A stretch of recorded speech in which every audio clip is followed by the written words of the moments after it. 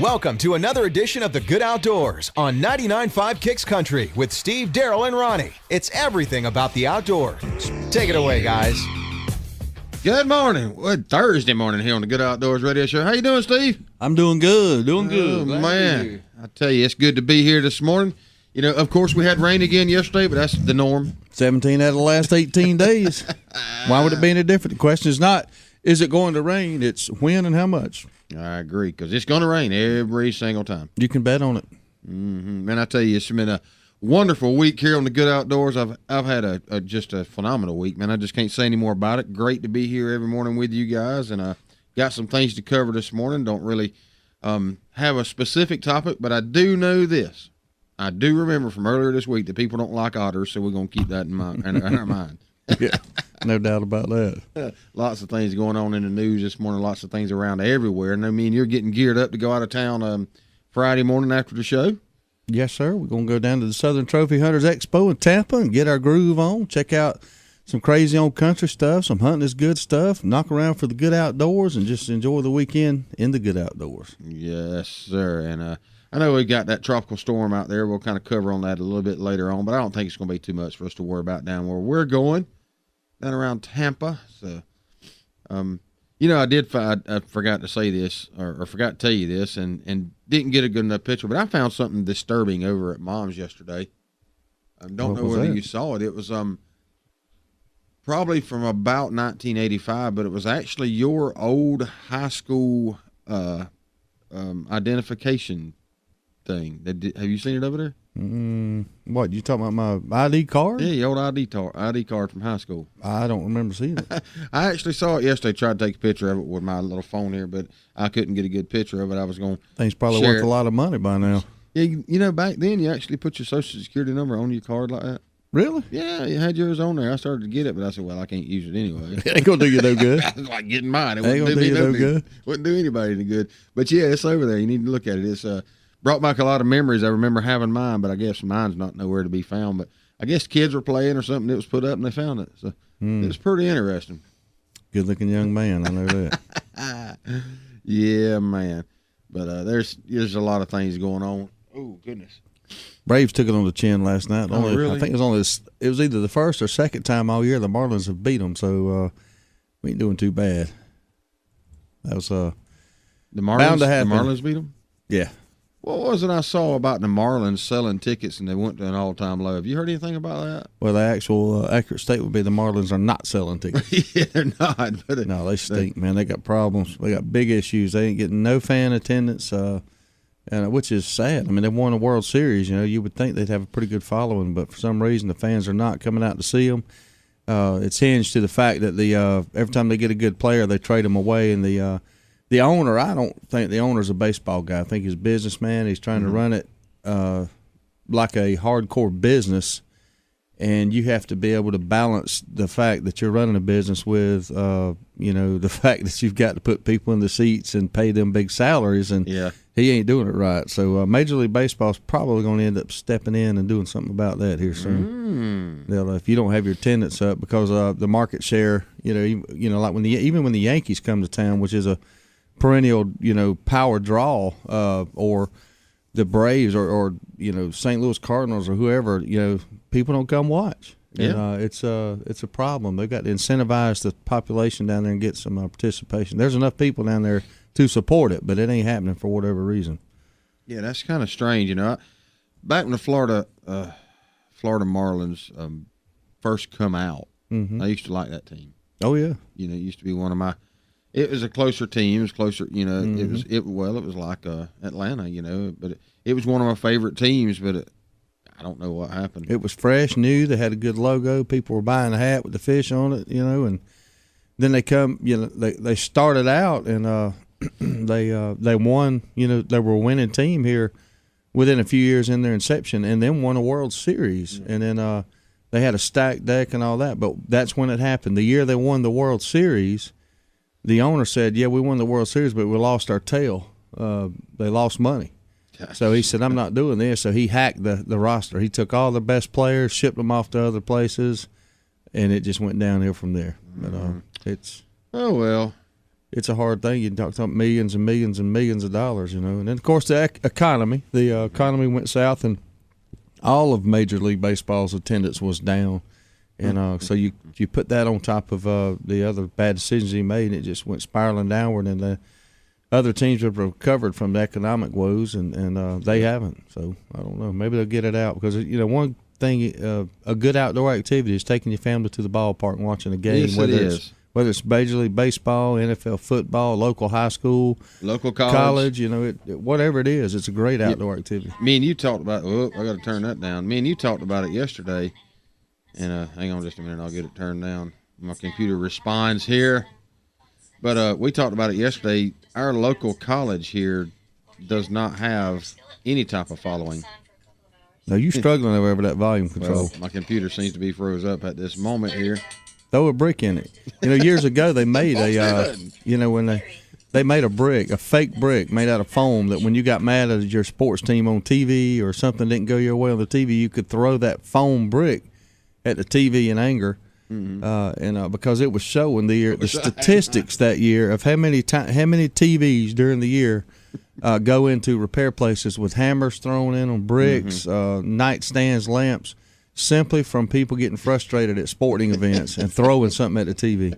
And I can see how that happened, man. You know me, I get jacked up, and there's been many times. I mean, not just a couple. I'm talking about some severe anger management issues where I've been watching a playoff and wanting my team to win, and man, one particular comes to mind. It wasn't even a bad one, but it was funny to me because me and Cameron Tucker, we were out from Midway Auto. We were out at the Hunt Club last year, and you come out, and there was a game going on at the time, and you come out there, and you and Caden would come out there, and we were standing around camp just talking, and the game was on. It was Atlanta Falcons and somebody else. The game was on, and we was all just standing around talking, and you had the radio on listening to the game over there, and all of a sudden you went, "Oh my God, what is this?"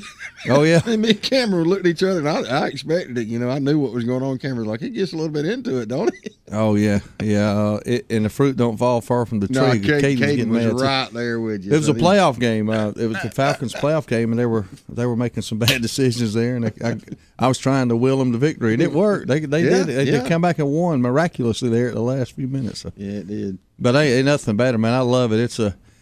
It's one of those. But I will tell you this: there's been many times I was celebrating the victory, and many times I was, booger lip because of the loss.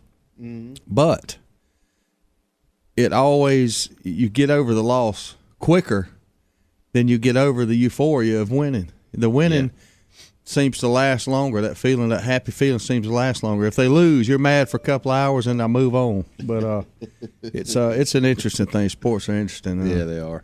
Speaking of interesting, I know y'all have had to see it. Darrell Jr. is watching it there now. I saw it last night. I saw it on the news last night. Then I saw it on the internet. But over there, and I can't remember where it was at, but over in overseas there, South Africa. South Africa, yeah. They a bunch of tourists was going through there, and some leopards were chasing some impalas, and it shows the whole herd. I mean, there's 2 leopards or cheetahs, I think they are, and they're chasing them, and all of a sudden, one of them impalas gets to running, and he decides to jump in a car to get away from the leopard. Do what you got to do. And it worked because that leopard slammed right into the side of that car. He did. He slammed in it, but I got to thinking, I watched it over and over, and I thought, man, how lucky are them people that cheetah wasn't so focused that he followed that impala into that car. Ooh. Son, you talk about tearing some stuff up, boy. But how smart how smart was that of that impala? He got I don't away. think it was smart at all. I think it was quite accidental. Yeah, I think he was running and had his focus on trying to evade the cheetah, and he looked around at the last minute and decided he'd jump, and it just happened that he jumped into the thing. I don't. And the thing is, he asked after that, you make a U-turn. Because the video starts off, you see a whole bunch of them like jumping clearly over this road. Oh yeah. And all of a sudden, you see them one come back, circle back. Yeah, they had cut him off from the herd. That was pretty good. I didn't get to watch the video. I will in just a minute, but that was pretty good. I did have it pulled up ready to watch. I was another thing I was watching in the one that was playing whenever I couldn't get cut off a few minutes ago was actually about them frying eggs in Death Valley out there where it's been getting so hot. You know, actually, you've heard of it, frying eggs without any kind of heat as far as a stove or something, but they actually had a park ranger take a frying pan, set it out there on the ground, let it get heated up, and fry an egg in it. Yep. And now the problem is it's had so many views on YouTube and so many hits. They're watching this video, and the tourists are taking eggs and trying to do it on sidewalks. Mm-hmm. So the park rangers are going around having to clean up this slippery mess with all these eggshells. So they're making, please quit doing that. You know, don't do it anymore. Don't do it anymore. You know. Yeah, that's it's hot. That can be a mess. But it is hot when you can fry an egg outside without 112 degrees. She had a thermometer sitting there watching it, and the egg, it took it, a couple of minutes, but it was over easy when she got done with it. Well, 112 is actually not bad. When the highest recorded temperature so far this year that I've seen was 129, and that was out there in the desert, of course. But those some brutal heat. Yeah, that is, and I don't care. You can start talking about dry heat, wet heat, whatever you or humidity heat. It don't matter. When it's 129 degrees, it's hot. Well, the hottest day on record ever was 134 degrees on July 10th, 1913, and that was in Death Valley. That's hot. That's hot. Yeah, you still getting above 100. Even the shade is hot. Mm-hmm. Well, that's where they take the temperature at, too. You got to take that in consideration. Temperature is taken in the shade. So if it's 138 in the shade, how dang hot is it out there in the sun? I wonder if it's if they purposefully take the temperature in the shade, because if you think about it, if you were to go hang a thermometer out, there ain't too many places you're going to hang it where it ain't in the shade, really, because you got to hang it on something, and usually that something casts a shade. But I always thought they would put one in the sun, and that's where the heat index would come from. Well, I think I'm going to buy one at Walmart and put it in the sun. I know on baseball fields, I played baseball in Fitzgerald one time. It's 109 on that field in summer when we were playing in Fitzgerald. That's hot. Yep. Speaking of hot, we got to cool off and take a break here. 3 minutes. We'll be right back here on 99.5. Here we go again. Every time there's a food plot to be planted, Darrell's nowhere to be found. You see him, Ronnie? He's probably in the truck eating a dang sandwich. I'm sitting right here by this tree, and they don't even see me. Man, that real tree AP was designed to blend hunters with their surroundings, not hide them when it's time to work. I'm so hidden, the scooters can't even find me. Okay, Darrell, come on. We got to get this stuff planted. What's that? Hey, stop it. Real tree. It's so real, a coyote might pee on it. Serves you right, you slacker. The grill might be in storage, but that's what campfires are for. And the backyard party is on hiatus, but that's because everyone is tailgating. Only the seasons change, tastes don't, and when you've got Bud Light Lime, you don't need summer to have a good time. It's the superior drinkability of Bud Light with a splash of 100% natural lime flavor. Look for a Bud Light Lime and find your summer state of mind anytime. It's in the lime. Anheuser-Busch Bud Light Lime flavored beer, St. Louis, Missouri. What in the world is that noise? Sounds like the transmission's about to come out of my truck. Transmission? Sounds like Alien versus Predator under there. Let's get it to Ronnie at Eagle Auto Repair. Ronnie, I got a problem. Problem? It sounded like Superman fighting the Incredible Hulk. No, it was worse than that. Come on, man, this is for real. I ain't got the money to be fixing no big problem. Chill out, dude. You're at Eagle Auto Repair. You know we'll fix it right and as inexpensive as we can. We only use quality parts, and my guys are some of the best trained technicians in town. Yeah, but can they stop a fight between Godzilla and King Kong? Because I'm betting that's what they're going to find under there. Eagle Auto Repair. 321 Lakes Boulevard, Lake Park, Georgia. Jones Welding and Industrial Supply has been serving South Georgia and North Florida for over 3 decades. With 9 locations in the South, Jones Welding and Industrial Supply is a full-line distributor for all welding and industrial supplies. The Jones mission is to provide quality products at a competitive price in order to supply the best service available. Jones Welding and Industrial Supply has built a reputation for good, honest, old-fashioned service. For a location near you, visit www.joneswelding.com. Jones Welding and Industrial Supply is a proud supporter of the Good Outdoors.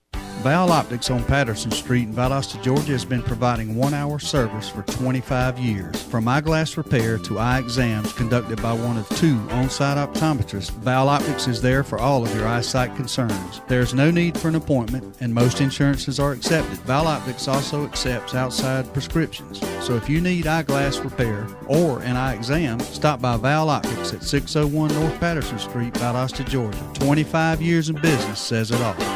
So you need a car, truck, or SUV? Look no further than Midway Auto Emporium at 4189 Bemis Road, Valdosta, Georgia. Cameron and Melissa Tucker has been serving the Valdosta area for over 7 years now. They are a family-owned and operated local business with hometown values and still believe in handshake deals. With a great selection of used cars, trucks, and SUVs, with a Carfax report on every one of them, along with bank financing at all credit levels and interest rates as low as 1.85% with approved credit. 4189 Bemis Road, or visit their website at midwayautoemporium.com. You're listening to The Good Outdoors with Steve, Darrell, and Ronnie on 99.5 Kicks Country. Now, let's get back to the fun. Welcome back this morning to The Good Outdoors. Man, I'm loading my stuff up. I'm going to Arkansas to a state park out there. A Kentucky man has found a 2.95 carat diamond in an Arkansas state park. So what makes you want to go out there? You think there's another one? Well, it's visiting the crater of Diamond State Park. So it's kind of, it's a place you can actually go and find diamonds. And he's found almost 3 carat diamond. Are they going to let him keep it? Yes. Yeah, I mean, that's what it's all about. He gets to keep it. The Crater of Diamonds is a 911-acre state park in Arkansas that contains a 37.5-acre plowed field in which visitors can literally dig for diamonds. It's the world's only diamond-bearing site accessible to the public. So the world's most perfect diamond was found there in 1990, and the largest diamond ever discovered in North America, a 40.23 carat, was found there in 1924. Other gems and minerals can be found at the crater, including quartz, garnet, jasper, and some others. Dozens of tiny diamonds are found in the field annually. I wonder what a 2.9er is worth. Well, I don't know that I've seen that yet. It goes, diamonds go by clarity and all that. I mean, I know how much my wife's ring costs. It's definitely not a 2.9 carat ring, but it's right at 1 carat. I know how much it costs. So I'm thinking a 2.9 carat one. Let's just go ahead and say 3 carats. It's got to be worth probably what? I don't know, $25,000, $30,000. I would imagine. It looks like a piece of gold, actually. And they got a closer up picture of it. And it has a little bit of shine to it. It actually looks like a piece of gold in his hand, and he has a certificate of authenticity for it, and everything. But it doesn't say what it's actually worth. Yeah. But I would love to go out there and find one. He searched for about 2.5 hours before he spotted the diamond in the field. I guess they go through there and inherit this field and turn it up every now and then and get more to the top. I'd go out there with a tractor and a turning plow and get down in there deep. Me and you Flip both. that up. So me and you both. You run out there and scout it out and call me back and tell me what we need, and I'll get something rounded up. It'd be interesting to go do that. Like going to searching for arrowheads. It's always fun to go do. Although with arrowheads, you have to be really careful in what state you're doing it, because some of them are illegal to disturb and pick up, and some of them aren't. So you got to be careful with that. But can somebody explain to me why this bombing suspect would plead not guilty? I ain't got a clue why he would plead not guilty, because he's screwed up in the head. Is all I can I don't know many criminals that do say I'm guilty.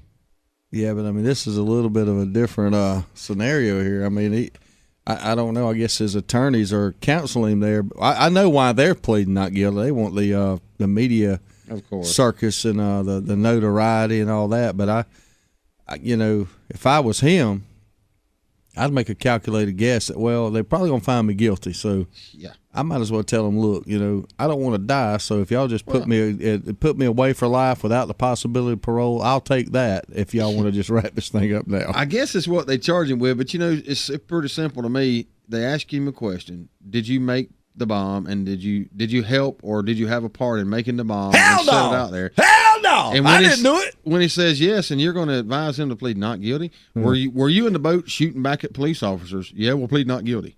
No. I don't understand that. No, that lawyer's going to go, hey, dude, I know this looks bad. I can get you off. Work with me here. And do you really think these lawyers aren't getting paid for this either? They're just getting the publicity. Yeah, they're not going to get paid yet. But when this thing is over, when they write their book, and I don't know. That's what's going on. Think about it. They're going to lose their case. I hope. I would hope they're going to lose their case. But when they do, that goes against their record. Well, yeah, I had one high-profile case, but I lost. Look at you defending me. I mean, look at all the lawyers on the O.J. Simpson thing. Now, granted, some of them were already famous. F. Lee Bailey, he was already famous. Now, Johnny Cochran, I don't know. I think maybe he was a little bit had a little notoriety, but I mean, those guys, that Robert Shapiro, I mean, he went off and launched that LegalZoom, from all that, and they made millions and millions and millions of dollars, and defending him and going through that with him, and that's what it's all about. Most things in life, unfortunately, are about the money. But now there was a lot of disturbing. Now this is a lot of disturbing events come out of this Trayvon Martin thing yesterday. I don't know if you saw that. But now they've busted our the Justice Department. They actually sent money down there supporting people. Yeah, I did hear that too. Basically fueling the flames of the controversy down there. And it's just sad, man. The thing about it is ultimately they won't be a dang thing be done about it. No, they won't. This is a crooked administration. It's just absolutely unbelievable that our country is being led by this, and it's just this is something to do with the Good Outdoors, specifically weapons. I would have never clicked on the thing because of the title, but they actually have an app out right now. The new Android app asks users to expose the home addresses of gun owners they deem potentially unsafe. Are you kidding and me? Share that information with the world. Yeah. Really? Yeah. And this is insane. Good. The Gun Geo Marker app, released by Google's Play App Store on July the 7th, invites users to mark the homes and businesses of suspected unsafe gun owners to help others in the area learn about their geography of risk from gun accidents or violence. The app bills itself as merely a tool to collect information, but it was hit with a firestorm of negative reviews and comments from people worried that it could do more harm than good. This is very dangerous and invasive, wrote Levi Russell in a review of the app. Dangerous because it allows criminals to determine where they might steal firearms. You are an accomplice to any firearm theft that will occur due to the existence of this app. Major violation of privacy, could cause a lot of safety issues for non-gun owners.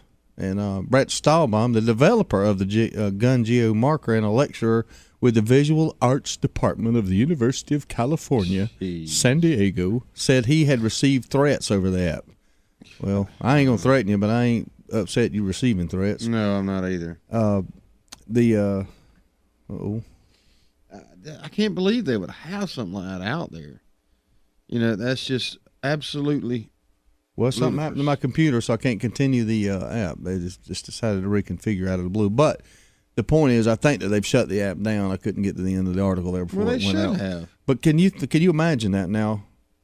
What this app does, just so you understand, people, you can have the app on your phone, and you can say, well, I know Steve Nichols has guns, so I'm going to put his name in there because that guy, he starts talking about all this rise up stuff, and he seems a little shaky, so I'm going to flag him and put him in there. That way everybody else can get on the app and see that he has guns. Well, now what happened?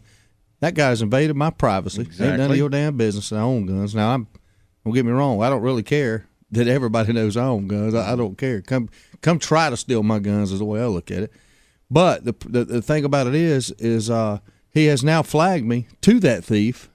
Yep. Who might case me, and I might go on vacation, with Facebook and things like that. The biggest mistake people make, start posting, man, I'm having a blast here in Panama City. Boy, I'll be here all weekend. Well, you know what you just did? You just told everybody in Facebook Nation that you ain't at the house. Yep. And now your house is a prime target. Now this cat has got on the Geo gun app thing and told everybody I own guns. So a sharp criminal can just look on Facebook. He sees I'm out of town. He pops in his Geo app. Yeah, Steve Nichols. I see he owns guns. I'm gonna go raid him. It's going crazy. The whole country's going insane. It is. It really is. I mean, I'm like you. I don't care if somebody knows I own guns because I own guns. Right. But I don't want a criminal to be able to case my house knowing I'm gone and come in and steal guns from me. I mean, come in while I'm there. That's all I want. Just come in there on me while I'm there. Give me a chance. Yeah, give me a chance. So what makes you think though? Can you set one within reach, buddy? Can you set the gun up as like a little trip if someone opens the door, gets them? Are you safe to do that? Do what now? Say that again? If I had my gun set up with a tripwire, if someone come in my house, the gun goes off. They'll put you in jail. They'll put you in jail for booby traps. Yeah. That's kind of different. Okay. You ought to be able to, rig your front door up that if you ain't home and somebody opens up, it blows the hell out of them. I mean, you ought to be able to, but the sad fact is, like Darrell said, they're going to lock you up if you do something like that. You can't do it. I don't know. I mean, that's kind of a, and I guess the reason they do that, I'm guessing the reason they lock you up for it or say it's illegal for you to do is because if the if the law comes in there and for some reason has a search warrant on your house, even though you may be innocent, but someone's tipped them off that saying you're not, and they bust in there and bam, it kills them. Well, I not necessarily that I agree with all that, but I'm just saying. But at the same time, though, if I was sitting in the house and someone come busting the door and I start shooting and then they're cops, then what? Well, I don't know. And that's another good thing. An interesting one. Your property is supposedly guarded by, the amendment that covers unlawful search and seizure. Now, if you are a criminal and they have a legal search warrant and they bust into your house, I guess that is a concern, but I don't know. There's got to be a happy marriage there and defending your property and worried about the law getting stabbed, executing a search warrant at my house. That is kind of a good point. I'm sitting there, at my house, and I'm not the type that sits there with a pistol on me at all times, but I can tell you this, I am the type that has a gun, available to me, ready to defend my home, and that's as far as I'm going to go with that. It may not be on me, but I can tell you right now it's pretty close to me. So you're not Darrell Zimmerman. No, but it's pretty close to me.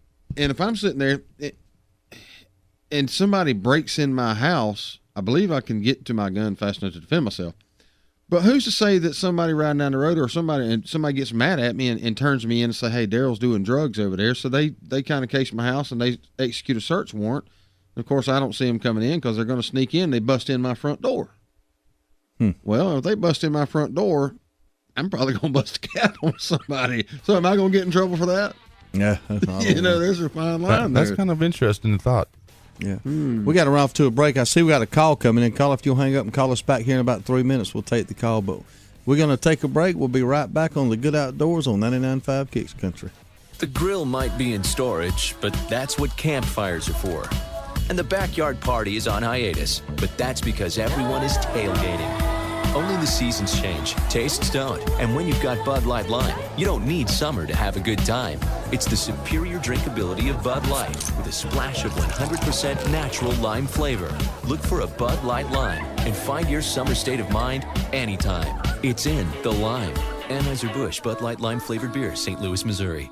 Service. It's a very simple word, but you'd think it's French. At Deep South Sanitation, our service will never be questioned. We are there when we say we'll be there. If there's a couple extra bags by the can, we pick it up. Deep South Sanitation don't care if the lid won't close. All the more reason to dump it. If you're elderly or disabled, the Deep South Sanitation team will get your can, dump it, and put it back. If trash blew out, we don't leave it, we pick it up. Keep the money you pay for sanitation services local by supporting Deep South Sanitation, a locally owned business. Call Carrie Scarborough today at Deep South Sanitation, 229-559-0200.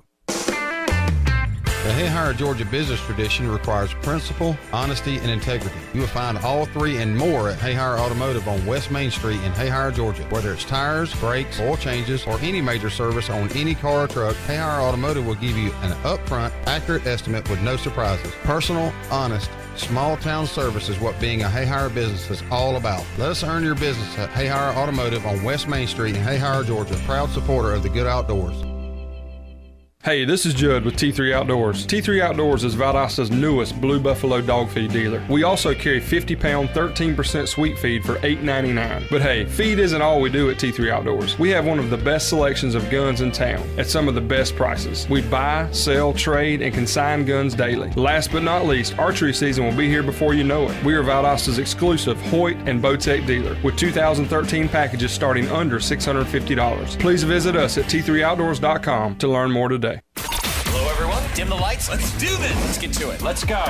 Introducing the winner of Austin's Idol and receiving a $1,000 Austin's gift card, Mr. Steve Seller. If you want a steak, a salad or fish plate, maybe drink a beer with a friend.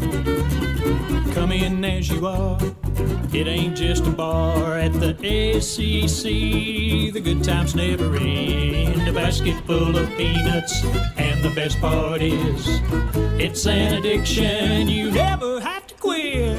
If you need a break, come along with me to Austin's Cattle Company. Oh yeah, to Austin's Cattle Company.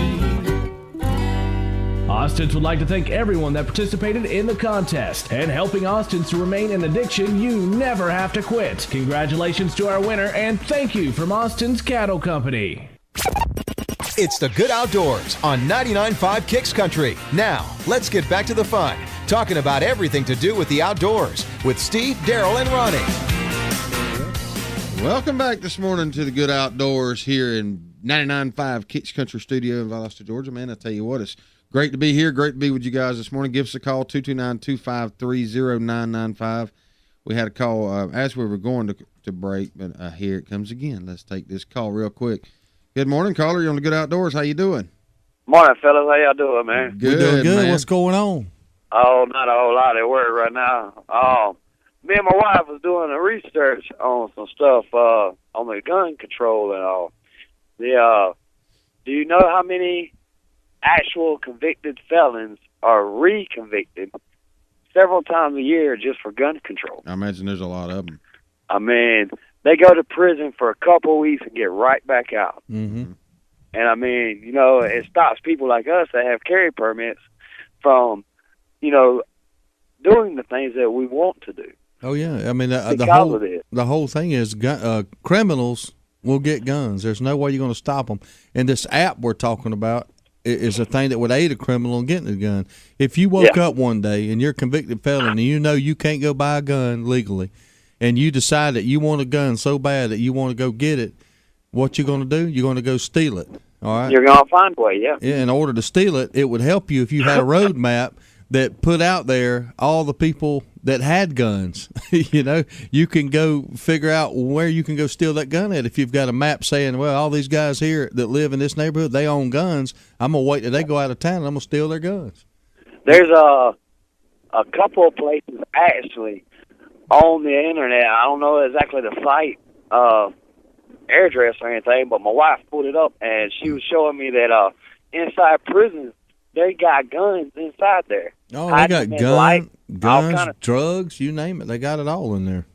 I mean, you know, that's I guess our economy at its best with the society we live in nowadays. Yep, you're right. It's going to hell in a handbasket, so to speak. Man, hey, look, it needs to go back to the 30s and 20s and riding horses and hanging people, I guess. Well, I'm all for the hanging people and all that, but I don't want to ride no horse, I'll be honest with you. Ain't no air conditioner on a horse. You'd have more money, though. Well, it wouldn't take much. Any change in my life might lead to more money. I know what you mean by that, man. That's right. And then another question. Y'all was talking about wolves and all yesterday. Yeah. Mm-hmm. Have you ever seen a timber wolf? Well, that's I think that's the top wolf that is up in Minnesota is a timber wolf, but I've never actually. Well, I take that back. I've seen a wolf in Michigan, but I don't know if it was a timber wolf or what. But I know one thing: it was big. It was absolutely huge. Yeah, they are. We actually had a timber wolf brought down from Shawnee, Oklahoma. Mm-hmm. And then we raised it for a while till it got a little too aggressive, but we didn't know it was illegal in Georgia. Wow.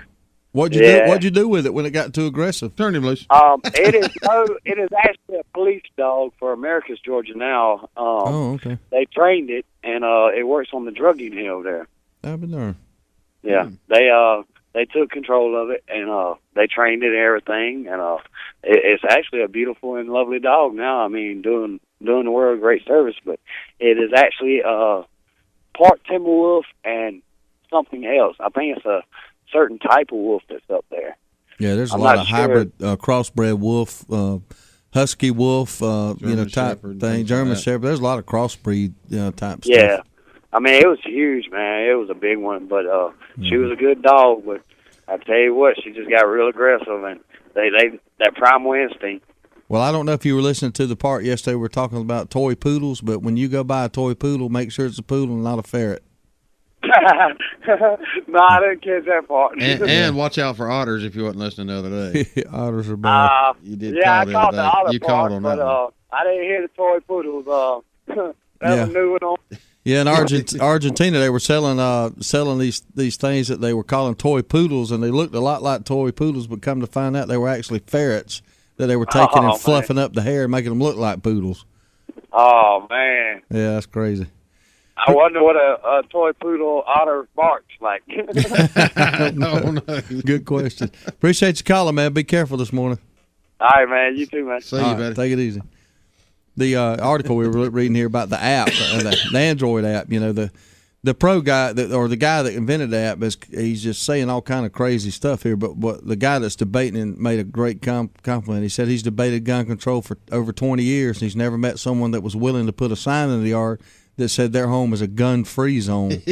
But if you own a gun, a lot of them put a sign there, hey, right, this home protected by Smith & Wesson or something. We got a call coming in.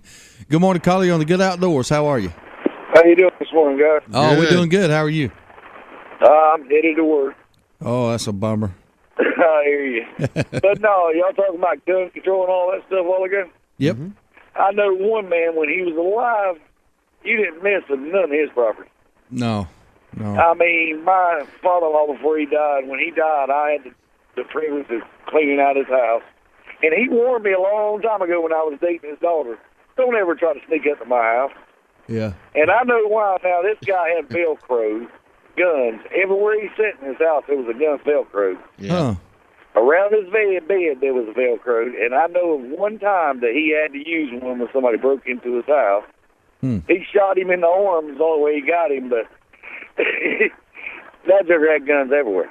He's got every right to do that, you know. Oh, every right. That's what our soldiers fight for every day, is that right, that Second Amendment right to have that gun to protect yourself. And law-abiding citizens own guns for two reasons: to shoot for enjoyment or to protect their property or their person. Yep. I mean, that's only two reasons, and there's two valid reasons. So. And that is the reason my son-in-law right now is over in Afghanistan doing what he's doing. Amen. Praise the Lord for your son. And I was going to tell y'all, I got y'all some more of the listeners up. I went to South Carolina back a couple of weeks ago, and I was listening to y'all show online. Oh, yeah. Trying to stay in touch. That's where I'm listening to it now. And my wife's whole family up there got around the computer, and now every one of them listens to it. And it just, I mean, it just caught on like wildfire up there. Good, that's awesome, man. We love the South Carolina Gamecock Nation listening in to the Good Outdoors, baby. Good Zuckers had the nerve to take a Georgia Bulldog fan over to the South Carolina football stadium. What? I was like, man, I ain't even going to tell y'all this website. I'm going to tell them to change the site when I get home. I hope you took a shower after you got back from that. Man, that was the man. I was that place. Good Lord have mercy. You need to be fumigated after that visit. The only thing they had swim up to me to a couple bass ponds, and that was about it. Hey, that'll kind of balance it out. Now, you said, are you listening online now? No, I'm in the car going to work, but I usually listen to y'all here lately because my work schedule's always messed up. Right. Either sleeping at this time or work.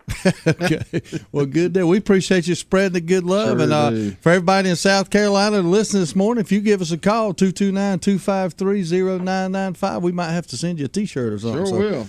So, that's how they found out about it. I was wearing a T-shirt that I had won off y'all's show up there. And one day I was running around over at the mall, and I put it on, then we went to the mall. I mean, there was people asking me, what's that deal is with the shirt?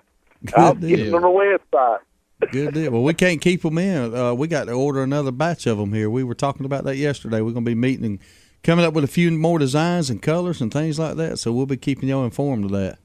All right, man. I appreciate it. All right, thanks. Appreciate it, buddy. 229-253-0995 is the number to call. So that's interesting. We got some listeners now in Gamecock Nation up there. That's right. We'll Steve Spurrier land. We'll have to go easy on them a little. Well, no, we won't. we can start some good debates, especially around college football time. Yeah, one good thing is South Carolina, I guarantee you that a vast majority of the public there are definitely on the Second Amendment rights side. We got another call coming in. We'll go ahead and take it. Good morning, caller. You listen to the Good Outdoors. How you doing? I'm doing great. Good. How y'all doing this morning? Are we hanging in there like swimwear, baby? Good deal. I just want to give a shout-out to the Valdosta All-Star 11-year-old baseball team going to Mississippi to play ball this week coming up. Mississippi, huh? That's right. They're supposed to be leaving right here today, right? Today. Maybe? Yes, sir. Good day. I talked to a guy July 4th out there at the Black Crow event about it. They were trying to raise money and raise funds, and I actually bought a couple of raffle tickets for the gun they were giving away. Yes, sir. Good deal. Yeah, I think y'all had a thing out there at Walmart collecting money. If it's the same, it was for baseball all-star team. I don't know if it was your group or not, but I gave them probably just enough to buy a gallon of gas. But hey, man, I was doing all I could. Hey, well, I bet they appreciate it. All right. Well, y'all bring it home and make sure you call us Monday morning and let us know who won and how it went. Oh, well, they're going to be playing all next week. Oh, okay. Good deal. Well, can you keep us posted, or are you going to you have a direct line to it, or? Yeah, well, actually, my son's on the team. Well, you ought to know what's going on there. Give us a call and give us updates as much as you can, as often as you can. Put it on Facebook or whatever you need to do, but keep us updated if you will, please. All right, yes, sir. Thank you. All right, thank you. Bye. 229-253-0995 is the number to call. And I'm going to tell you what, it's hard to beat that great outdoor activity of playing baseball. It's something that near and dear to my heart and absolutely love. And it just was instilled in love of sports was instilled into both of us at a very young age. And yes, sir. I've got fond memories of Little League and playing. I remember vividly. I may have told this story, but I remember made the all-star team and traveled to Marietta, Georgia, and we stayed in the. I remember that. I think it was called Dobbins Air Force Base. I believe it was. But anyway, somehow we stayed in the Air Force Base barracks, and we were 11 and 12-year-olds, and we were rowdy, and we were running up and down the halls, getting in trouble, and this, that, and the other. But we all settled down into this big room, and we were watching TV, and we were watching wrestling, and big wrestling match, and Chief Wahoo McDaniel was taking on the Iron Sheik. That's been a while back. And the Sheik, Wahoo McDaniel was just wearing him out, but the Sheik decided to light a torch, and he burnt Wahoo in the forehead. And it ended the match with the Sheik winning, but he cheated, and we were all just mad as we can be. Well, the next morning we get up, and we all went to the Waffle House to eat breakfast before the tournament started. And we're sitting in the Waffle House, and we keep looking back there, and me and Freddie Goff and Trevor Shaw, we were all looking back there, and we seen this cat sitting back there, and he had a bandage on his forehead. We got to looking at him, and Freddie said, "I think that's Wahoo McDaniel." And I said, "Man, I believe you're right." He goes, "Well, let's go talk to him." So I walk up there, and I said, "You Chief?" He goes, "Yeah."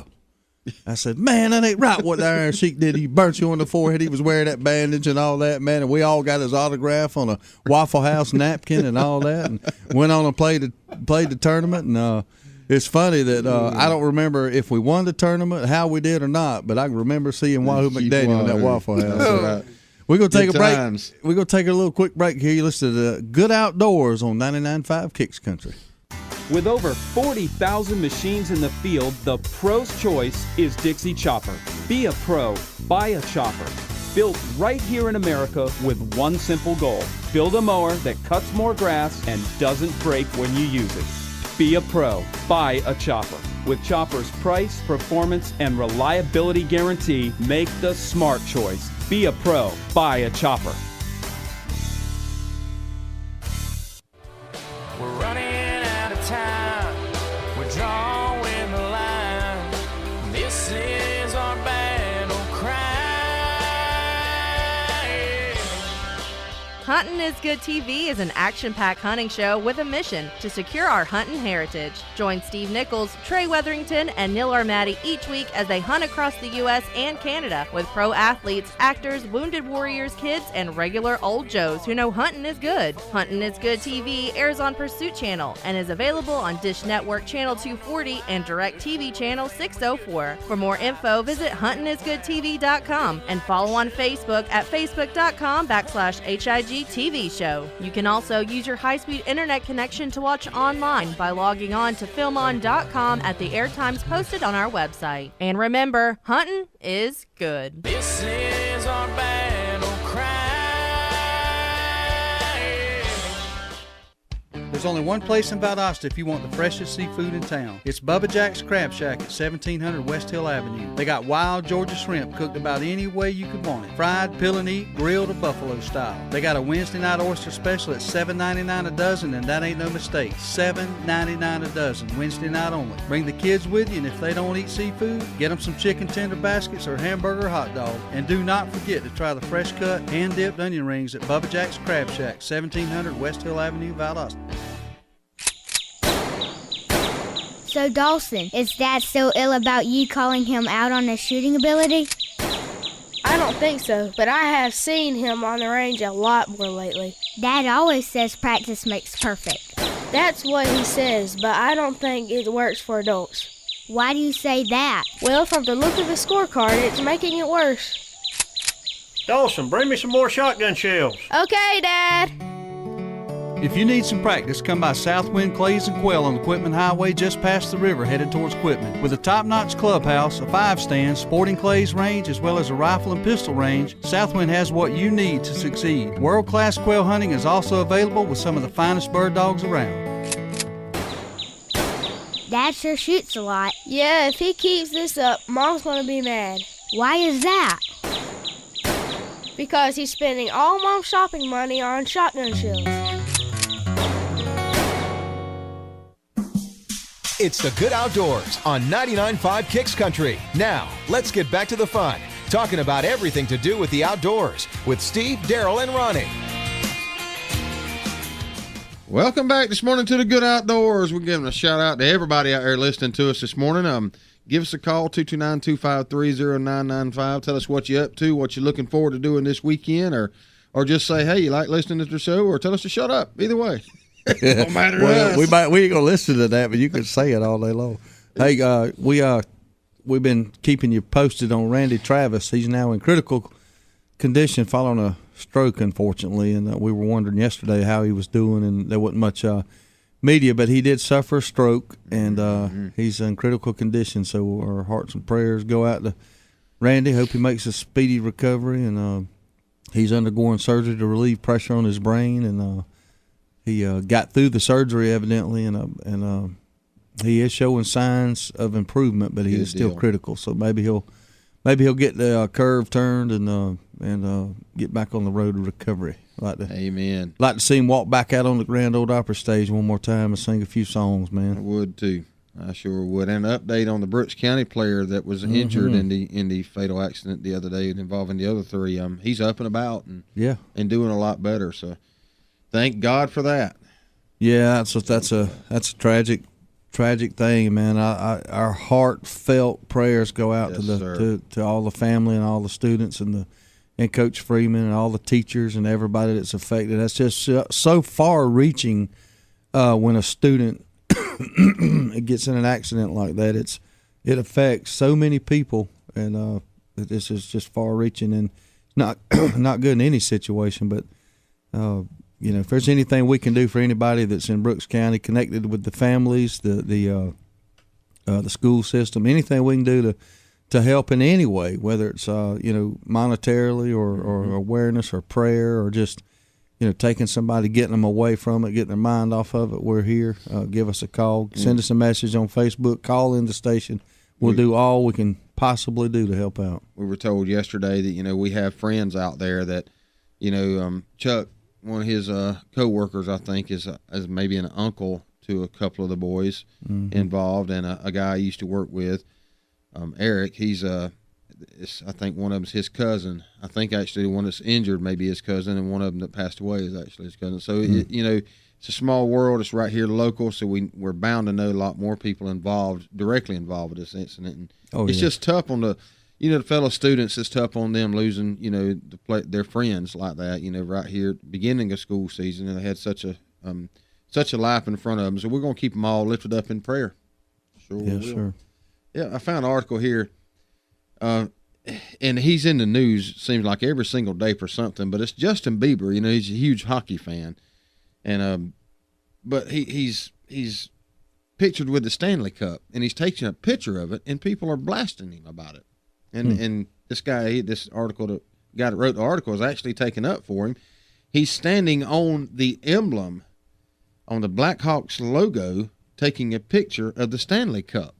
Well, the logo is on the floor of the locker room, so you don't think it gets stepped on anytime. That's what the people are blasting him about, for stepping on the logo. Well, the National Hockey League keeps insisting on putting the logos on the floor, so you're going to have to step on it at some point in time. Really? I mean, put it, barricade around it, but you think he was stepping on an American flag. I know. Yeah, like the singer did here just a few days ago. It gets me aggravated. Anyway, I did find an article this morning about shooting, and it's on the Outdoor Wire. It's actually testing rifles in Big Sky Country, and it's they're talking about after a full day of shooting, they wanted to make sure these rifles lived up to their names. After a full day of shooting approximately 350 rounds of 223, 204, 22, 250, and 22 rimfire, it's safe to say that the new bolt-action rifles from Thompson Center in their various configurations have more than performed as would be required to make any prairie dog hunter proud. That's something I want to do one day, is go out there and hunt some prairie dogs. I used to want to too till I saw that video the other day of the prairie dog warding the snake off of his babies, and I fell in love with the prairie dogs, and I ain't gonna be shooting one of them. They're just interesting critters there. Well, go out there to Big Sky Country and become a farmer. Well, I'm not gonna be a farmer in Big Sky Country. If I was, I would be like you'd hate them. I'd be like Bill Murray in Caddyshack. I'd be blowing them up. You dang right. Justin Bieber, you talking about him a while ago. Everybody, you hardly ever hear anybody that likes him. You know what I mean? Nobody admits that likes him, but he sells. But he's got his YouTube video for babies got 871 million views. Wow. But nobody likes him. Mm-hmm. Well, especially have you heard of the latest one where they got some video of him doing something in a urinating in a mop bucket in a restaurant as he would leave him in a restaurant or a club. Who cares? Richie Rich, buddy of mine, he almost got arrested for urinating outside of a 7-Eleven store. Who cares? But I remember that. Yeah, you were there. I remember that. You were there. Wow. Me, you, Trey, and Richie. We got to talk to Ugly too. I know. I mean, he was peeing outside. Who's peeing in a mop bucket? Who gives a rip, man? Come on. I mean, if you ain't never done nothing crazy, I'm gonna tell you right now. Y'all may think bad of me, but I have peed in some bad places. I'll leave it at that. I mean, I could tell you some stories when I was single, running the roads, going out, staying out too late, ending up places you shouldn't be, and things wrong. Peeing in the closet on the way out. I mean, just crazy stuff. And the man peeing in the mop. Who cares? Why are we why is that in the news? Come on, you think man. about it. What about the workers got to deal with that now? They mopped the floor. They mopped the freaking floor for a living to start with. Really, They're used to dealing with PP. They got to deal with it. They go in there. I mean, there's a lot more nastier things than urine in that mop bucket if it's been used to mop the floor, okay? So they go in there and they dump the daggum bucket out and they wash it out and they go back and use it again. Really? Mopping don't make sense to me. You know how many I've spit in my life? Yeah, look at Darrell Dips, of course.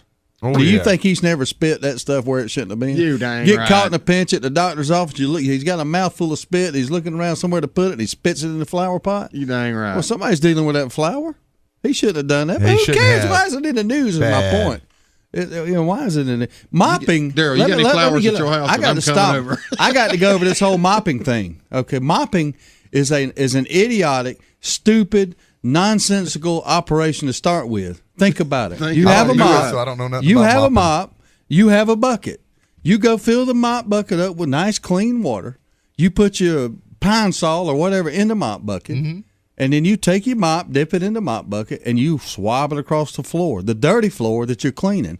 Well, guess what you do then? Mm-hmm. You take the mop that you just swabbed the clean water on, the dirty floor, you stick the mop back in the bucket, rinse it out, and do it again.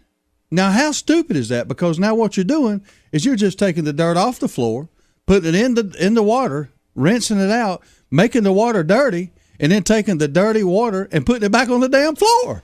It don't make sense. Do you know the That's single? why I don't have a mop at the house. Do you know the single most germ-infested thing in your house? Do you know what it is? The studies have been done on this. Your It's proven kitchen? fact. The single one thing is in your kitchen. Your your sink? Kitchen, that was I'm It's way what off you there. use to wash your dishes with. If Oh, you yeah, use a sponge. rag, a sponge, or whatever, it's the single most germ-infested thing don't in doubt your it. house, period. And think about it, it is. Because just like Steve said, if you take a rag, if you wash dishes with a rag, that's how we were raised. Mom uses a rag. Michelle uses a handle sponge thing with soap on it. All you're doing is transferring germs from one plate to another or bowl or dish or whatever. Because you scrub them, you don't change it every time, do you? You don't use a different rag every time, do you? Of course not. That's the funny thing when people complain about restaurants. They're probably cleaner than most people's kitchens. Oh, yeah. That. Oh, yeah. You're probably right. But the whole process of mopping is idiotic. I say we ban it. There's just certain things in life. There's two things on the Good Outdoorz banned list now. That's buttermilk and mopping. That's right. And I'm sure the list will grow. Yeah, come on, let's bring it. Making the bed. Why do we make the bed? No, that's another idiotic. When we're going to get back in and mess it up at night. Yeah, let me go on. You got me on something here that's been happening at my house lately. Oh, God. Yeah, you're right. I mean, you go to bed, you mess the bed up, you make the bed up, you come back home 7 days a week. It happens 7 times out of 7 days. You keep making the bed overrated, stupid, whatever. But this is even worse. Women who like to decorate is the absolute probably worst thing that a man could be involved in. At my house, we have a nice bed, okay? It's decorated nice, it's got nice covers on it and all this, and you have pillows, okay? In the standard adult bed where you have a man and a woman, you need 2 pillows, right? Well, that ain't what's going on at my house. Amen. I have no less than, let me think here, 1, 2, 3, 4, 5, 6, 7. I got at least 7 pillows on my bed. All right. Okay, that's one thing. You know, maybe you like to lay on one, hug one, put one between your legs. I don't know, but no, 5 out of the 7 pillows on my bed are off limits. You can't touch them. You can't put your head on them. I'm always getting yelled at about my dirty head, my dirty, nasty, sweaty head. I can go take a shower, but yet my head is still dirty. Her head, clean. My head, dirty. I can't lay my head or put anything on 5 out of the 7 pillows on my bed. When it's time to go to bed, we have to pull the covers back off the nice, neatly made up bed that you're talking about, which don't make sense to start with. That's right. I agree. And then we have to take the 5 pillows that are off limits, stack them neatly over on this other chair. What in the world? Hold on. That you're not allowed to sit in, by the way. Okay? You can't sit in it because guess what? You're dirty and sweaty. You can't sit on it, okay? Under any circumstances, you're not allowed on it. That's the chair that's for looks and holding the other 5 off-limit pillows at night. Amen. It's just absolutely stupid. We're going to cover more on this when we come back here on the Good Outdoors. Thanks for listening, everybody. Attention Outdoor Nation. Adel Outfitters, located at exit 39 on I-75 in Adel, Georgia, has over 18,000 square feet of outdoor unbelievability just waiting on you. Specializing in a wide range of outdoor supplies for everyone, including hunting, fishing, shooting, kayaking, camping, Little League, clothing, knives, boots, you name it, Adel Outfitters has it. They also have that personal one-on-one attention that you just might not be getting from some of the big boxes, and Adel Outfitters has a whole lot less overhead, so you'll be surprised at the deals. So come see us now at Adel Outfitters, exit 39, Adel, Georgia. Woo-wee! Sweet Tea's Smokehouse on South Hutchinson Avenue, Adel, is the bomb. You ain't had good old South Georgia barbecue if you ain't been to Sweet Tea's Smokehouse. Ribs, chicken, pork, beef, good grief, this is some fine eating. And it ain't called Sweet Tea's for nothing. Ice cold sweet tea and good old barbecue plate with all the trimmings is what living in the South is all about. Head up Highway 41 north towards Adel. Swing into Sweet Tea's Smokehouse for lunch or dinner. Great southern barbecue like it's supposed to be. And don't forget some of that fine Brunswick stew. Woo-wee! Justamere Farm is a full boarding, training, and lesson facility conveniently located on Valdale Road in Hayhire. Justamere Farm offers a facility like no other in the area with many amenities to meet all your equine needs, whether it's riding, training, or boarding. If riding is your passion, Justamere has you covered with an indoor arena, a large lighted outdoor arena with an alleyway, a large jump course arena, a round pen for training, trails, and access to dirt roads. Private and shared lessons are available, so give Justamere Farms a call today at 229-460-2331. Wow, look at Bob trimming the grass. He's so fast. I know, and that mower is so big. And it's got a huge deck. And it cuts the long grass with deep roots so easily. Yeah, Bob's a bad boy. When you want to cut grass like a champion, get yourself a Bad Boy mower from Nashville Tractor. Nashville Tractor carries an exclusive line of Bad Boy zero-turn mowers. See them now at Nashville Tractor in Valdosta and in Nashville. Brigman and Brigman Cabinets in Hayhire, Georgia specializes in custom-built cabinets. You can come in and sit down with our staff and start from scratch to develop the perfect cabinet layout, or bring in your plans and start there. From design to installation, Brigman and Brigman can help you every step of the way. Estimates are always free, and your satisfaction is our goal. Whether it's a remodel, a spec house, or your custom-built dream home, give Brigman and Brigman Cabinets in Hayhire a call at 229-794-2108 to set up an appointment. The Hayhire, Georgia business tradition requires principle, honesty, and integrity. You will find all three and more at Hayhire Automotive on West Main Street in Hayhire, Georgia. Whether it's tires, brakes, oil changes, or any major service on any car or truck, Hayhire Automotive will give you an upfront, accurate estimate with no surprises. Personal, honest, small town service is what being a Hayhire business is all about. Let us earn your business at Hayhire Automotive on West Main Street in Hayhire, Georgia. Proud supporter of the Good Outdoors. WKAA, Willacoochee, Valdosta. Coming at you this hour. Nothing but the best country music. 99.5 Kicks Country. It's the Good Outdoors on 99.5 Kicks Country. Now, let's get back to the fun. Talking about everything to do with the outdoors with Steve, Darrell, and Ronnie. Welcome back to the Good Outdoors. We're talking specifically about things in your house that you're not allowed to touch by your wife or whatever it may be. Steve brought up some good points, and I've got several too. He talked about the pillows on his bed. Let me tell you, I can agree with that because we have 3 pillows on our bed. One for, well, actually 4. I'm sorry, 4 pillows. One for my head, one for Michelle's head, and another one I don't know where the heck Michelle puts it or whatever. It's always dangling up there by her head or falling on me or something. But we've got one of them long round pillows. You've seen them. I don't know what they're called, but it goes at the head of our bed. Well, here I am. You know, I'm almost 6'1".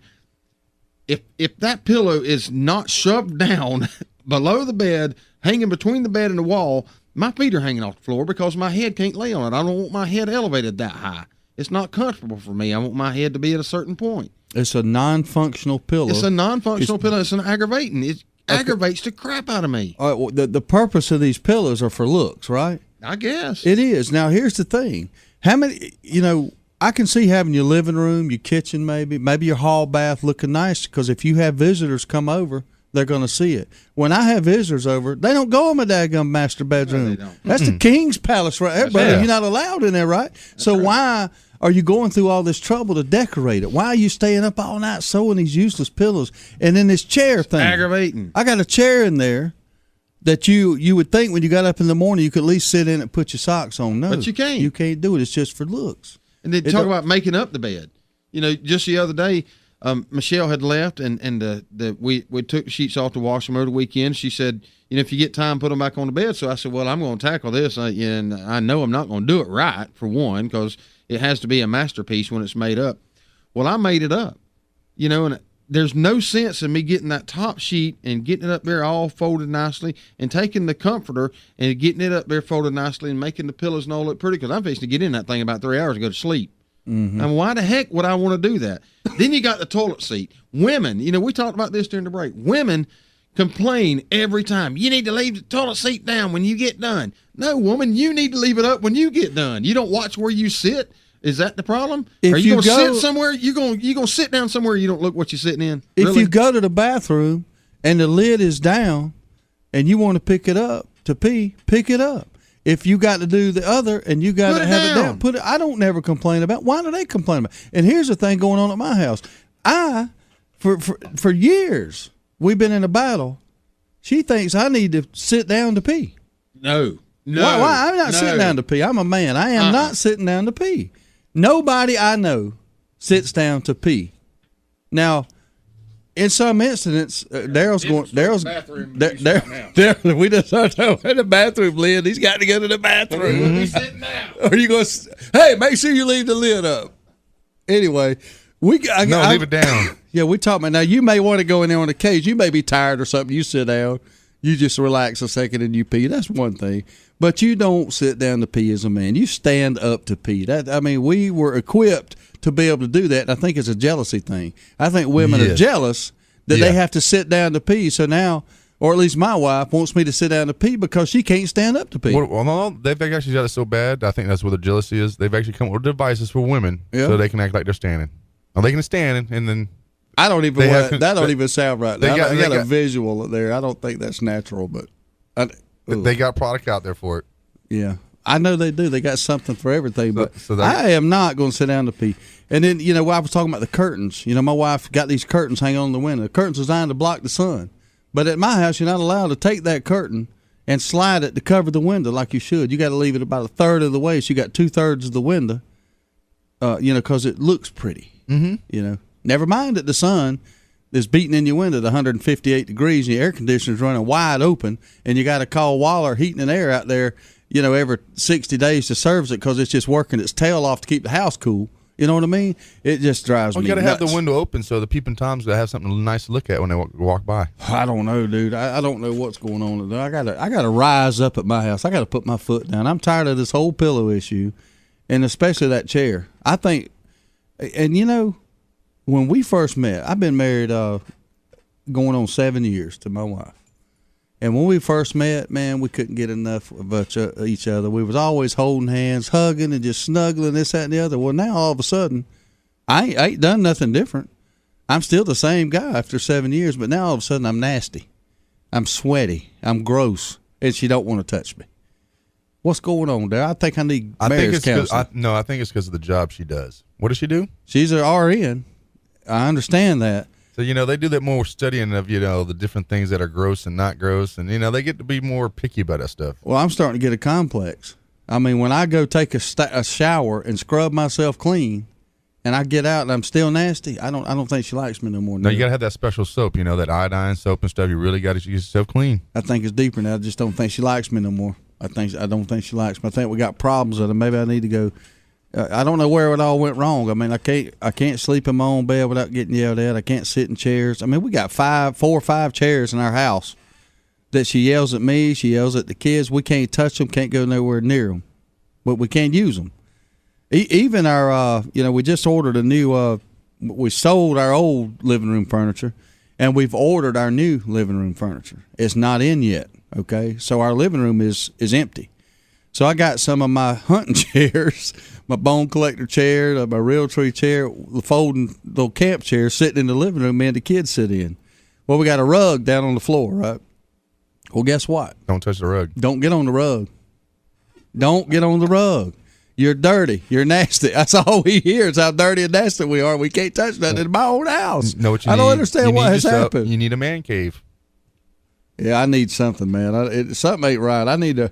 I'm always talking about rising up. I got to rise up in my house. I got to take my house back, man. I don't know. She keeps complaining about being dirty and the kids being dirty. You can't get on the rug. You can't sit on the chair. You're right. We need to live outside. We need a man cave outside. Back to the doghouse is where we need to go. Back to the doghouse. I mean, I don't understand. I really don't. I mean, just like cleaning, Michelle gripes at me, wants me to clean more. Then when I clean, she says, "You don't clean right." Well, why the hell do you want me to keep cleaning? Well, really? if I ain't cleaning right, you keep doing it. Yeah, you keep doing it. And you bring up another good point, cleaning. My wife will clean. She can't. When it's going to get dirty right away again, I'm like, just do it once a week. Whatever. We got a call coming in. Maybe they can help us out. Good morning, caller on the Good Outdoors. How are you? Y'all got me laughing so hard, fellas. I'm telling you, man. Hey, you go through it too, don't you? Yeah, I go through some stuff like that. But see, I got all boys and one woman in the house, so I mean that's more why. Well, at least y'all get your safety numbers, and y'all got the majority rule there. Nah, really we don't. Yeah. Because we went through the same thing. We got all these majestic palm plants and all kind of stuff. You can't get around, and you gotta be careful where you walk because of cats she's got. But we got 2 dogs outside, man. And what we finally ended up doing was we bought one of these barns. It's a loft barn. It's got a upper and a lower deck, and we had it delivered out there. And that's what we did. We put our own TV, our own air conditioner, everything in it. Your own man land. Well, kind of. It was kind of supposed to be for the storage of the 4-wheelers and the Can-Am, but... And now she's putting her stuff in there, ain't she? No, not really. That's what's happening next. Get ready. She has decorated a little bit. Oh, there you go. She's infiltrated the safe house, brother. She's infiltrated the safe house. Man. You can't let that happen. I got one for you, though. I work at night, and we have a day bed, and we have a regular bed in our bedroom. Right. Well, she sleeps in the day bed. Well, when I come in the morning, she's usually up about 6:37, and she's already feeding the kids and everything. How about I can't even get in the bed? I got to sleep in the day bed. Hey, that sounds like the same stuff I go through. I'll come home from doing the radio show. My wife works at night. I do this radio show at this time of day. I come home. I usually try to go back to sleep for about an hour or 2 hours so me and Darrell can go out and do our thing. Well, when I come home, guess what? The bed's made up. The 5 pillows is in place. Everything's pristine, vacuumed and clean every day. And I can't even go to bed. I got to sleep in there on the floor, but I can't get on the rug. I got to sleep on the hard floor. Ain't no way. Or go to the kids' room. No way.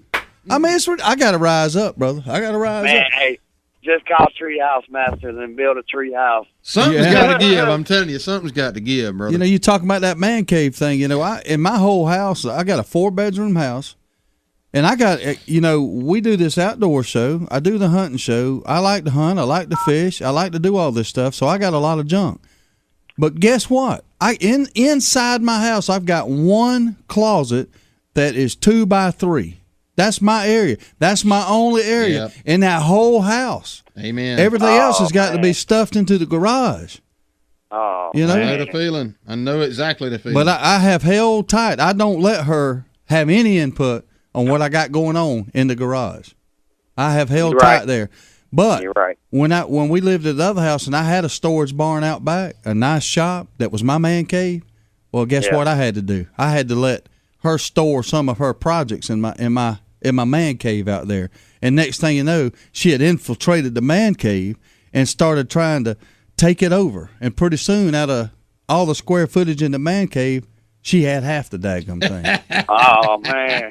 Now, see, we used to live in the city, but I bought I bought a land and bought a house out here in Worth County. Yeah. And I bought a little over 1.5 acres, and I fenced it all the way in. Right. And I put my dogs outside.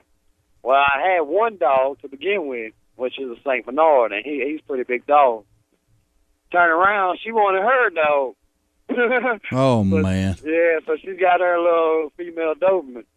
And I tell you what, I take care of everything she gets. Oh, yeah. So nothing's sacred. They got to horn in on anything you got going on. They got to have Now, how long you been married?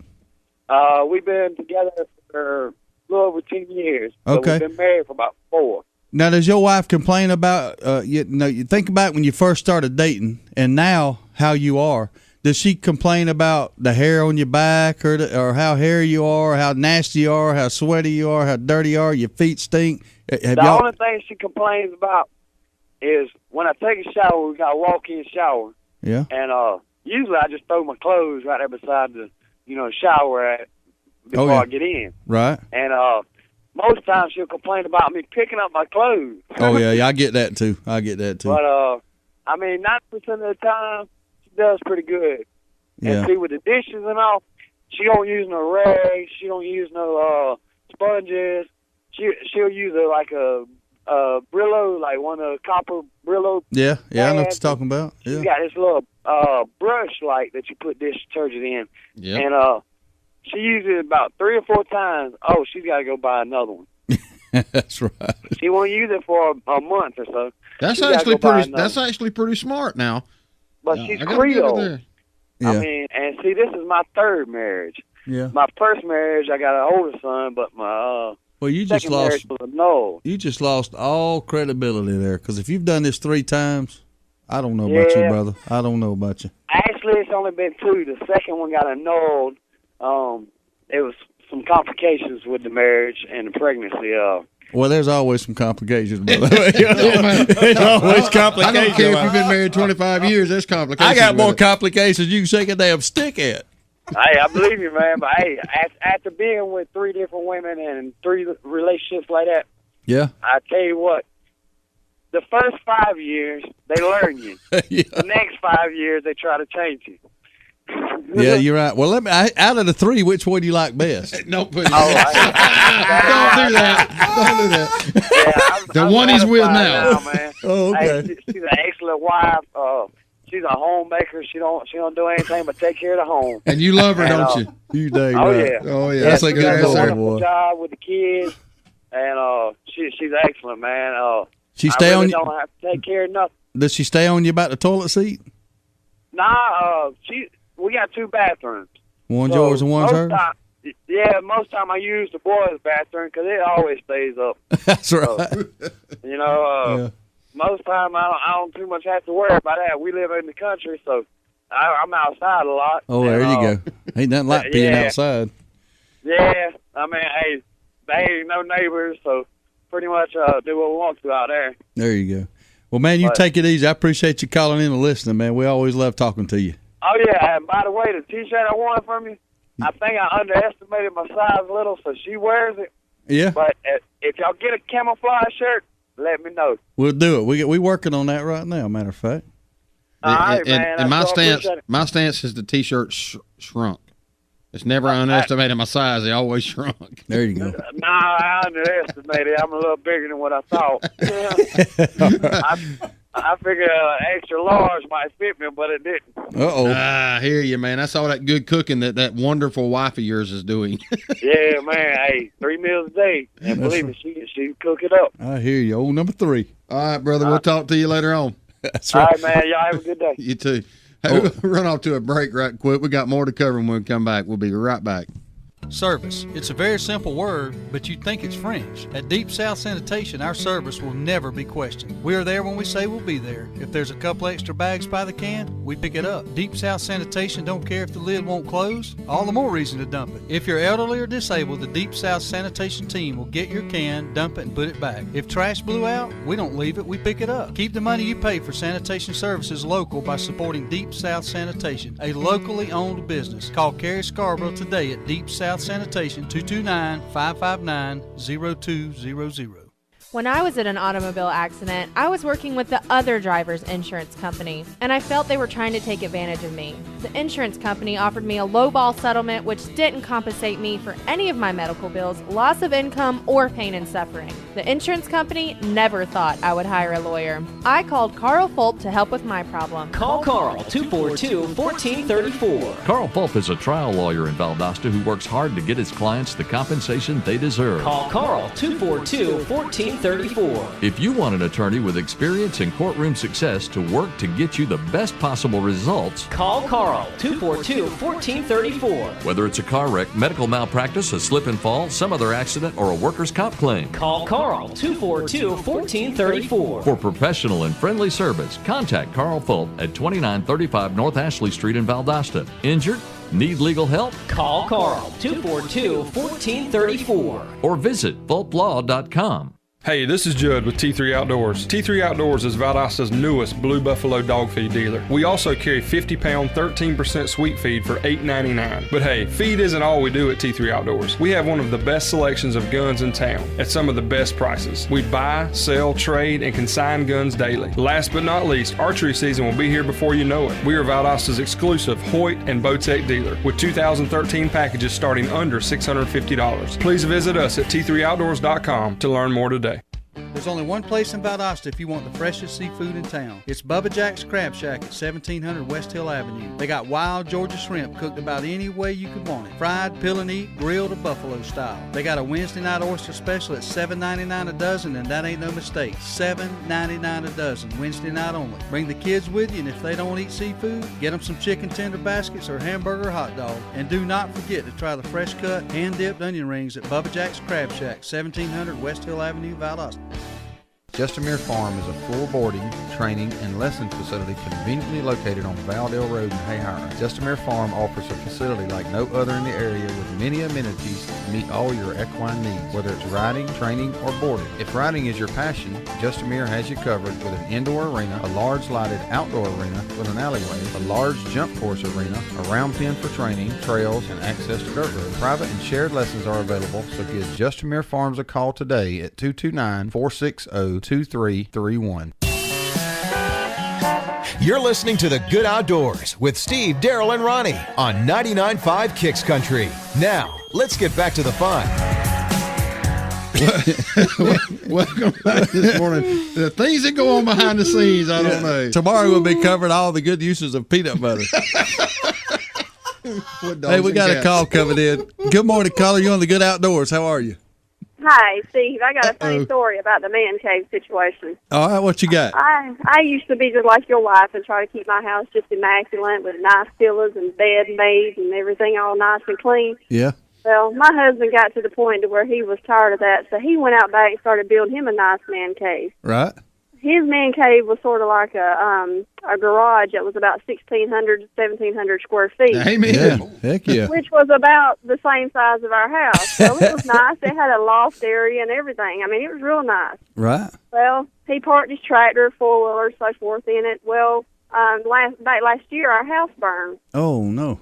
Well, No, y'all didn't move into the man cave, did you? in the midst of our house, right after our house burned, we was trying to decide if we were going to rebuild, buy a mobile home, whatever we were going to do, to move forward. Well, in the midst of that, we decided that we turned his man cave into our home. Wow. Poor guy. I mean, you had to. You moved in on his property, really. That's right. We moved him out. Now his man cave is now our new home. The poor guy went through two tragedies. It wasn't enough that his house burnt. Now his wife and him have infiltrated his man cave. She tried to make it out like we decided we were going to move. No, we decided. Crap. She No, decided that's where there you're was no going. we decision. It was like, okay, it's now paid for, so your man cave is now going to become our house with no mortgage and so forth. And that's all you had to say about it, wasn't it? That's right. That's right. He didn't have any. He didn't like it. Needless to say, I mean, he tried to dispute it, but he was just fighting a losing battle. So, well, let me ask you this about y'all's bed. How many pillows do y'all have on that bed right now? I only have 4 because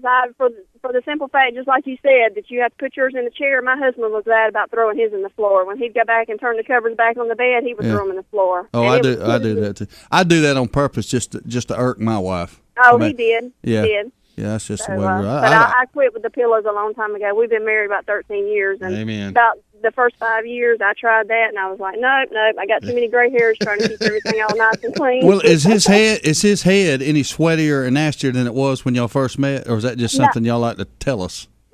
That's something we like to tell, and he's a smoker, so I'm constantly telling him that he smells like a dirty ashtray.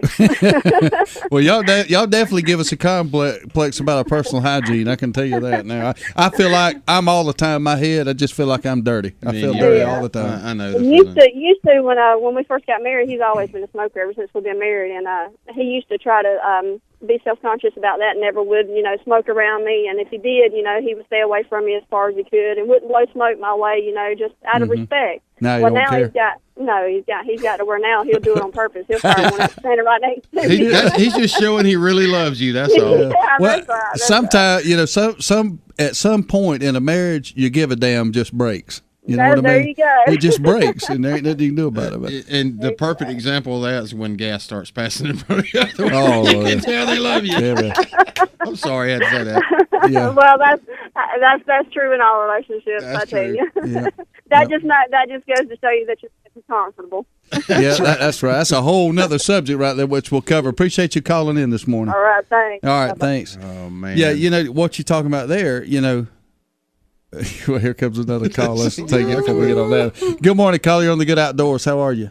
Oh, let me tell y'all something. Oh, man, y'all. I know yesterday morning when you said we're going to have to wait because there'll be a lot of calls, I knew it was going to be good. Man, the pillow thing. Oh, yeah. With you, brother. I tell you what, I tried to call a while ago, but y'all went to break. I was going to find out which one of y'all been running around with my wife, or I was It's all of them, brother. It ain't just yours. It ain't just Conspiracy. yours. You ain't alone. But let me tell you, we lived in a 14 by 70 mobile home. Yeah. We met 2 boys, me and my wife. We buy a 2,800 square foot house. Yeah. It's got a, how do I say, a 20 by 40 shop Right. with a 10 by 10 lean-to on it. Right. Okay. We move into that house. We take the stuff out the mobile home and move into the house. This big old house, most of the rooms are like 20 by 20. Yeah. It's already cluttered. My shop, once in my life, I'm going to have me a shop and a building out there, Yeah. You can't even open the door to go in it because of all the stuff she's done to it. Amen. I know, man. I don't understand it. How do we lose control like that? I don't know. I've been with her 32 years and it ain't gotten no better. Yeah, I don't know. I think you just give up. So at some point, you just give up. Yeah, I thought about it when y'all said, after a while, you just lose interest in it. But I think years, it's just all over with. It is. Yes. It is. And then let's go back to the hunting. Okay, you know, you got deer heads and hog heads and stuff like that. Yep. Okay. I've got a couple that I am real proud of. I mean, they are, any hunter would be proud of them. They're big and awesome. Yeah. They can't be in the main living room. No. I got to put them in the utility room out there. You know, I've got all mines out there in the utility room except for one. She let me have one in there, and then, of course, she kills one. And he wasn't over here, but it was her first one, you know, and 8 points, so we mount him, but now he can be in there. Now, see, that's a prime example of who's ruling the roost, and I know what you mean right there. The pants in I got a daggum elk head that I'm so proud of. I've never killed but one. I've always wanted to kill it. I shot it with my bow, very proud. And guess where that thing's hanging? It ain't just not in my house or not in my shop. It ain't on my property. It's up at my cousin's house. Oh Lord, yeah. Oh man, spend $1,000 getting it mounted, and I don't even get to see it ever unless I go visit him. Well, that's like, and it ain't just one woman, because that's like, I had all these deer heads, and the first 8 point I ever killed, I had him mounted. Mm-hmm. So when I kill another a little bigger and all, you know, when my sister, she sees all the deer, she said, well, I want one. Well, I'm thinking, well, you know, I'll tell you what, you can get that one there. Okay, well, a few years go by, and I go by her house one day, and I look around and see my deer head. I said, where is my deer head at? What you mean? I said, the deer head you got, where is it at? Well, she got tired of it and put it out there in a corn crib. Oh, Lord. And when we finally found it, the rats had done eat him up. Man. Now, look here, all jokes aside, you could go up in front of Judge Cowart and file for divorce, go up in front of Judge Cowart, and he'd give you anything you wanted. That was his sister now. That was your sister. Okay, well, I don't even. You could probably divorce her too, then. I didn't talk to her for a few years. Yeah, that's a stressful relationship at the Thanksgiving dinner there. Yeah, but that's what I said. It ain't just one; it's all of them. Every one of them. It's a conspiracy. How many pillows you got on your bed? Well, I think it's 6. 6, yeah. But they, like y'all said. Now look at here. There's the 2 that you actually lay your head on.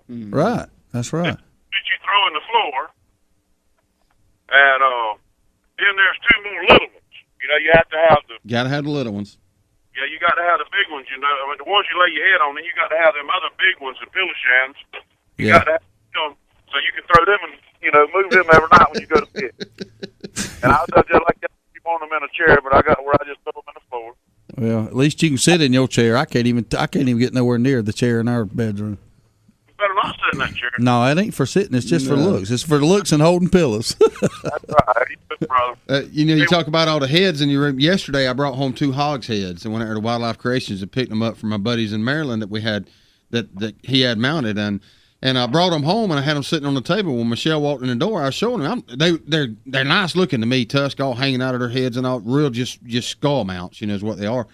And I loved them. I said, now, I carried it and put it up on the wall in the living room. I said, wouldn't this look good in there? She said, no. I said, look, I got my deer heads, my fish, everything is in my living room. And I put my foot down there. I have 1 wall in the living room. She's got 3 others. But that 1 wall is mine. It has everything to do with deer hunting on that 1 wall. So this afternoon when she comes home, guess what's going to be hanging up there temporarily? 2 daggum hogs heads because she said she didn't want them in the living room. So you ain't going to be on the show in the morning? No, he won't. He won't make it here in the morning. He's going to show her, ain't he? I'll be sleeping on the couch in the living room tonight, I guarantee you, with my hogs heads. You might be there in South Georgia. Hey, appreciate you calling this morning. Yeah, I am enjoying this here, boy. All right. See you, man. Appreciate it. 229-253-0995 is the number. We'll take some calls after the break. You listen to the Good Outdoors on 99.5. Wow, look at Bob trimming the grass. He's so fast. I know, and that mower is so so big. And it's got a huge deck. And it cuts the long grass with deep roots so easily. Yeah, Bob's a bad boy. When you want to cut grass like a champion, get yourself a Bad Boy mower from Nashville Tractor. Nashville Tractor carries an exclusive line of Bad Boy zero-turn mowers. See them now at Nashville Tractor in Valdosta and in Nashville. Quitman, Georgia, and antiques go hand in hand. Tammy's Antiques and Consignment, located at 211 East Screven Street in Quitman, is a traditional Southern antique shop with a little twist, offering a consignment program that fits like a glove in the spacious downtown shop. But the real twist is Zumba. That's right, Tammy also offers Zumba fitness classes as well as tanning. Come by and check out the literally thousands of items upstairs and down. And if you have an item that you want Tammy to sell, bring it in. That's Tammy's Antiques and Consignment, 211 East Screven Street, Quitman, or give Tammy a call at 229-506-9146. Attention Outdoor Nation. Adel Outfitters, located at exit 39 on I-75 in Adel, Georgia, has over 18,000 square feet of outdoor unbelievability just waiting on you. Specializing in a wide range of outdoor supplies for everyone, including hunting, fishing, shooting, kayaking, camping, Little League, clothing, knives, boots, you name it, Adel Outfitters has it. They also have that personal one-on-one attention that you just might not be getting from some of the big boxes, and Adel Outfitters has a whole lot less overhead, so you'll be surprised at the deals. So come see us now at Adel Outfitters, exit 39, Adel, Georgia. Woo-wee! Sweet Tea's Smokehouse on South Hutchinson Avenue, Adel, is the bomb. You ain't had good old South Georgia barbecue if you ain't been to Sweet Tea's Smokehouse. Ribs, chicken, pork, beef, good grief, this is some fine eating. And it ain't called Sweet Tea's for nothing. Ice cold sweet tea and good old barbecue plate with all the trimmings is what living in the South is all about. Head up Highway 41 north towards Adel. Swing into Sweet Tea's Smokehouse for lunch or dinner. Great Southern barbecue like it's supposed to be. And don't forget some of that fine Brunswick stew. Woo-wee! Jones Welding and Industrial Supply has been serving South Georgia and North Florida for over 3 decades. With 9 locations in the South, Jones Welding and Industrial Supply is a full-line distributor for all welding and industrial supplies. The Jones mission is to provide quality products at a competitive price in order to supply the best service available. Jones Welding and Industrial Supply has built a reputation for good, honest, old-fashioned service. For a location near you, visit www.joneswelding.com. Jones Welding and Industrial Supply is a proud supporter of the Good Outdoors. Service. It's a very simple word, but you'd think it's French. At Deep South Sanitation, our service will never be questioned. We are there when we say we'll be there. If there's a couple extra bags by the can, we pick it up. Deep South Sanitation don't care if the lid won't close. All the more reason to dump it. If you're elderly or disabled, the Deep South Sanitation team will get your can, dump it, and put it back. If trash blew out, we don't leave it, we pick it up. Keep the money you pay for sanitation services local by supporting Deep South Sanitation, a locally owned business. Call Carrie Scarborough today at Deep South Sanitation, 229-559-0200. You're listening to The Good Outdoors with Steve, Darrell, and Ronnie on 99.5 Kicks Country. Now, let's get back to the fun. Welcome back to The Good Outdoors this morning here on 99.5 Kicks Country. We have touched on a very good subject this morning. It's things that women love in the house and men absolutely hate. You know, things just like pillows on the bed and how many pillows are there and leaving the toilet seat up or down. You know, I live in a house full of women. You know, I have 6 daughters and occasionally, you know, just like last weekend, pretty much everybody was there at one time. We call that the estrogen zone. We do. We have 2.5 baths in our house. We have our master bathroom in our master bedroom. We have a bathroom upstairs, and we have the half bath in the hallway. That's my bathroom. That's mine. That's where I go to the bathroom. That's what I keep up. All I have is a sink and a toilet. Mm-hmm. That's it. Well, you never take a shower, so you don't need that. I take a shower. All you need is half a bath. But that's my bathroom. I do not ever get griped at about having the toilet seat up or down in that bathroom. If the girls happen to use that one and they complain about it, I yell at them and tell them to stop. Mm-hmm. You know, go upstairs if you want to use the bathroom if you don't like the way. And if I walk in my bathroom and the toilet seat's down and they've let it down, then I yell at them to put it up when they get done. That's my bathroom. See, the toilet lid thing, I've never commented on that because I don't expect to hear a comment back. If you go in there and the toilet's up, put it down. Exactly. That's it. I mean, it ain't no argument. And I will say this, my wife never does fuss about that. But this, you know, the lady that called in a while ago that their house burned down, she you know, during that conversation the odoriferous emanation subject came up. Believe it or not.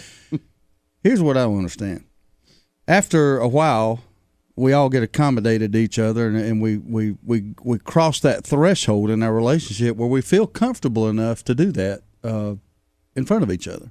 Now, most people do. I do know people that after 20 years of being together, they've never heard each other break wind. But this is what gets me. When she does it, somehow it's just no big deal, okay? Even though it would gag a maggot, make me want to puke, just makes me want to just run outside and vomit.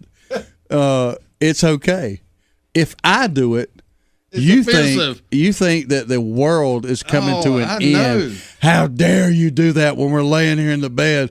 Why didn't you get up and go outside and do it? And I'm like, get up and go outside and do it. Really? You got to be off your rocker, woman. I'm not doing it. It's okay for her to do it. Or we traveling in the car, okay? She'll do it. The kids are back there gagging and turning green. I roll the window down. She's yelling at me because I rolled the window down. It's messing up her hair. Roll the window back up. It's no big deal when she does it. But let me crack one off, okay? I'm getting yelled at. I'm talking about not just yelled at. I'm talking about violent. I'm talking about make you feel like less than a man type, or comments coming out of her about how sick I am and how could you possibly do that, But how is mine worse than hers? That's my thing. Is anybody else going through that? Oh, yeah. I mean, by all means, it's that way. Yeah, I understand exactly what you're saying. Well, here comes a call, and I'm sure they'll enlighten us. Good morning, caller. You're on the Good Outdoors. How are you doing this morning?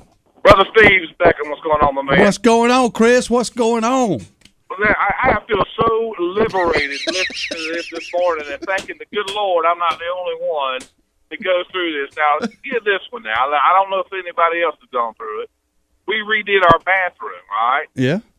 So one morning I come out, get out of the shower. My wife comes in about 10 minutes later after I get out. She says, "Did you use the towels in there to dry off?" I said, well, yeah, that's what I use towels for. She said, "Those towels are for decoration." I said, yeah. The picture on the wall is for decoration. The towels are for drying off. The towels you used to dry your hands with, man. Come on. If I dried my hands on that picture on the wall, then I'd say you got an argument. But these towels are for drying off. That's crazy. Chris, I go through the same exact thing. Michelle puts this decorative towel in my bathroom, my little half bath in there. She has it up there to dry your hands. There is no other towel in there to dry your hands on, but there's a sink to wash your hands in. So what do? I wash my hands and I use the decorative towel. Did you use that towel? Well, yeah. Just what the hell else did you want me to use? Yeah. But now I gotta wash it. What? So? Man, and back your half bath, Darrell. That brings up the question. So, do you wash half your body on one day and half your body on? No, I don't know how that works. He don't